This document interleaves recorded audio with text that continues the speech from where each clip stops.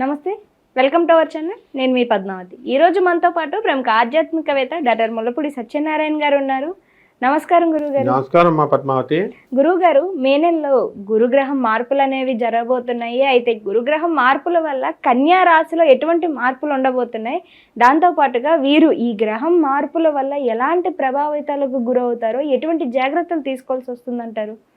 ఈ 2025 సంవత్సరంలో కన్యా రాశి వారికి మే 14 నుంచి 2025 సంవత్సరంలో గురుడు వృషభ రాశి నుంచి మిథున రాశిలోకి వెళ్ళిపోతున్నాడు.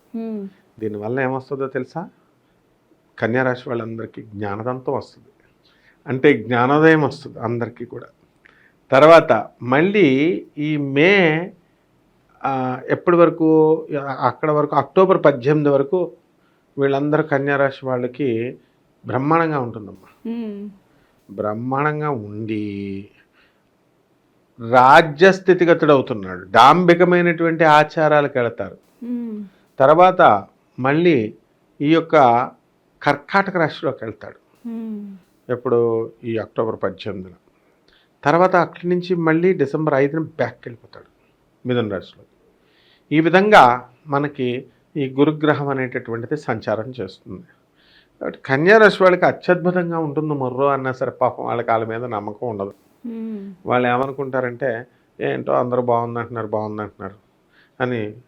ఇప్పుడే మా పిఏ 2 కంప్యూటర్లు ఉన్నాయి, బ్రహ్మాండంగా ఉంటుందిరా నాయనా నీకు అన్నాం. కరెంటు ఓవర్లోడ్ అయిందంట, 2 కంప్యూటర్లు సిస్టమ్ పోయిందంట. గురుగారు బాగుంది అంటున్నారు, 2 సిస్టంలో పోయిందంటే నేను యూపీఎస్ పెట్టకుండా ఎవడు పెట్టుకోమన్నాడు? అంటే ఇలాంటి చిన్న చిన్న తప్పిదాల వల్ల, అర్థమైందా? తర్వాత ఈ కన్యా రాశి వాళ్ళంతా కూడా తగు జాగ్రత్తలు తీసుకోవాలి. అవకాశాలు వాళ్ళ కాళ్ళ దగ్గరకు వచ్చేస్తాయి, కానీ అవకాశాలు వినియోగించుకోవాలి కదమ్మా. మరి వీళ్ళు మేము ఇంత ఎత్తుంటాం అనుకుంటే ఎట్లా అమ్మా? అంటే నీ దగ్గర టాలెంట్ ఉండొచ్చు, నువ్వు గొప్ప యాంకర్ అవ్వచ్చు, నువ్వు కన్యారాశి అమ్మాయి అయి ఉండొచ్చు, కానీ ప్రజలు నీ టాలెంట్ని గుర్తించాలి కదా, యాజమాన్యాలు ఇవ్వగలగాలి కదా నీకు అంత జీతం. మరి గురుగారు నా రాశి అందరికీ బాగుందండి, నేను టాప్ యాంకర్ని అవుతానని చెప్పారండి, నాకు జీతం ఎక్కువ రావాలండి అని అడిగితే ఎలా వస్తుంది? భయపడుతున్నారు అవతల వాళ్ళు నీ టాలెంట్ని చూసి. అంటే టాలెంట్ లేకపోయినా జాబ్ రాదు, టాలెంట్ ఎక్కువైపోయినా సరే జాబ్ రాదు.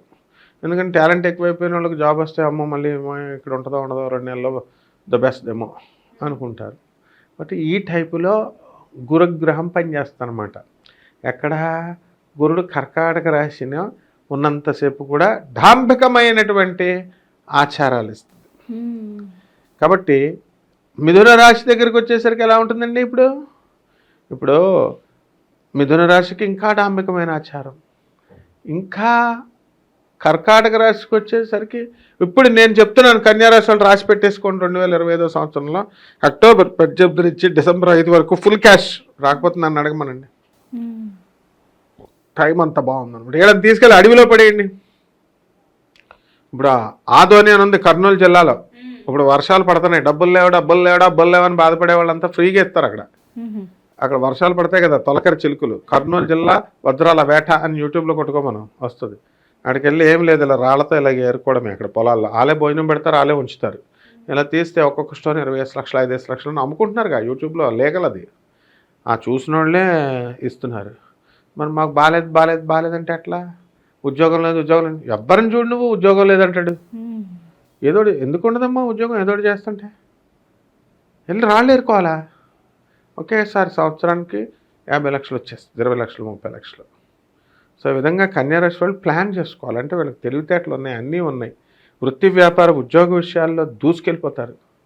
అండ్ స్థిరత్వం పాపం ఉంటుంది, కానీ ఏది మరి గుర్తింపు రావట్లేదు. తర్వాత ఆలోచన విషయాల్లో వీళ్ళ ఆలోచనలు కూడా ఎలా ఉంటాయంటే, కన్యారాశి వాళ్ళంతా కూడా ఫిక్స్డ్గా ఉండాలి, స్థిరంగా ఉండాలి. బుద్ధి బలం ఎక్కువ, తర్వాత స్థిరత్వం తక్కువ అని చెప్పారు. ఈ కన్యారాశిలో పుట్టినటువంటి చిరంజీవి గారు మెగాస్టార్ అవ్వలేదా? ఈ కన్యారాశిలో పుట్టిన పవన్ కళ్యాణ్ మెగాస్టార్ అవ్వలేదా? ముఖ్యంగా చిరంజీవి కన్యారాశి మెగాస్టార్. అంత బాగుంది ఇప్పుడు. అప్పుడు చిరంజీవి గారు మరి రోడ్ల మీద నడవలేదా? ఒకే రూమ్లో షేర్ చేసుకుని ఉండలేదా? వీళ్ళేదో పెద్ద బాధలు పడిపోతున్నట్టు పడిపోతారు వీళ్ళంతా. పిచ్చ పిచ్చ పైసలు వచ్చేస్తాయి ఇప్పుడు కన్యారాశి వాళ్ళందరికీ కూడా. చిరంజీవి గారికి వచ్చినంత పైసలు వచ్చేస్తాయి. సరిగ్గా గ్రౌండ్ వర్క్ చేసుకోవాలి, అంతేగాని మీరు చెప్పారు మాకు రాలేదు, మీరు చెప్పారు మాకు రాలేదంటే కుదరదు. ఎవరి యొక్క బిజినెస్ల స్థాయిని బట్టి వాళ్ళకి వస్తాయి, ప్రపోర్షనేట్గా వస్తాయి డబ్బులు. ఇక పెళ్ళిళ్ళు కానటువంటి వాళ్ళు అక్టోబర్ 18 నుంచి డిసెంబర్ 5 మధ్యలో వస్తాయి వీళ్ళకి పెళ్ళిళ్ళు, పెళ్లి సంబంధాలు. ఏమన్నా ఒక సంబంధం కూడా కుదరట్లేదండి అంటే మరి కట్నాలు ఎక్కువ అడిగితే ఆవిడిస్తాడు. తర్వాత అమ్మాయిలు పిచ్చ పిచ్చ కోరికలు ఎక్కువ ఉన్నాయండి, అంతా సాఫ్ట్వేర్ అంటే ట్రంప్ వల్ల సాఫ్ట్వేర్ పడుకుంది, అయిపోయింది, ఆర్టిఫిషియల్ ఇంటెలిజెన్స్ వచ్చింది, దాంతో జాబులు ఉండవు. మరి ఇప్పుడు ఎట్లా మరి పరిస్థితి చెప్పు కన్యారాశి వారికి. కాబట్టి ఈ కన్యారాశి వారి చేపల రొయ్యలు నడుపుతున్న వాళ్ళు, ఈ రైతులు, వీళ్ళ పరిస్థితులన్నీ బాగున్నాయి. చిన్న చితకా వృత్తి చేసుకునేటటువంటి వాళ్ళు, టాప్ లెవెల్ వరకు కూడా ఉద్యోగాలు చేస్తున్నటువంటి వాళ్ళంతా కూడా వీళ్ళకి ఉద్యోగాలు బాగున్నాయి. అయితే వీళ్ళు బాగున్నప్పుడు ఎవరిని కేర్ చేయలేదు, వాళ్ళు లాస్ట్ ఇయర్ కేర్ చేయలేదు వీళ్ళు. పెద్దవాళ్ళకి ఎంత దానం చేశారు లిస్ట్ రాసాం మనం చూద్దాం. వికలాంగులకు ఎంతమంది రాసి ఇచ్చారు. అరే నీకు తెలుసో తెలీతో మామూలుగా జనం అరే బాబు పేదవాళ్ళకరా నీకు సేవ చేస్తున్నాం మేము, వాళ్ళకి డొనేషన్ ఇవ్వమని ఒక 100 రూపాయలు 10 రూపాయలు ఇవ్వచ్చు కదా, అది కూడా ఇవ్వరు. వీళ్ళకి దేవుడు మాత్రం కోట్లు ఇవ్వాలి, ఎలా ఇస్తారు? సో సినీ సంగీత సాహిత్య రంగాల్లో ఉన్నవాళ్ళు బాగున్నారు, మీడియాలో ఉన్నవాళ్ళు బాగుంటారు. ఆ తర్వాత అన్ని రంగాలమ్మా పద్మావతి. అసలు కన్యారాశి గురించి అసలు అడగకున్నాను, ఎందుకంటే అసలు super bumper super hit hattrick. ఇంకా అసలు ఏ రాశి వాళ్ళకి లేదనమాట. అయితే నడువు నొప్పి వస్తుంది, వెన్నుపూస నొప్పి వస్తుంది. ఆరోగ్యం విషయంలో డబ్బు ఎక్కువ వస్తే లెక్కెట్టుకోవడానికి కూర్చోవాలి కదా, కూర్చొని లెక్కెట్టుకోవాలి, పడుకొని లెక్కెడతారు వీళ్ళు కంపల్సరీ, ఎవ్వరో కాదు. మరి మా శిష్యురాలు చక్కగా సాయిబాబా గుడిలో మనీ కౌంటింగ్ తీసుకురామంటే మేము అంతా వెళ్ళాం. అసలు లెక్క పెడుతుంటే 13 లక్షల రూపాయలు లెక్క పెడుతుంటే ఇక్కడే నలసాయిబాబా నిజాంపేటలో లెక్క పెట్టలేకపోయాం, నడువులు నొప్పి వచ్చినాయి అందరికి. అంత డబ్బు వచ్చేస్తుందమ్మా కన్యారాశి వాళ్ళకి, డౌట్ లేదు. మళ్ళీ నడువు నొప్పులు గ్యారంటీ, ఈ యొక్క వెన్నుపూస గ్యారంటీ నొప్పి.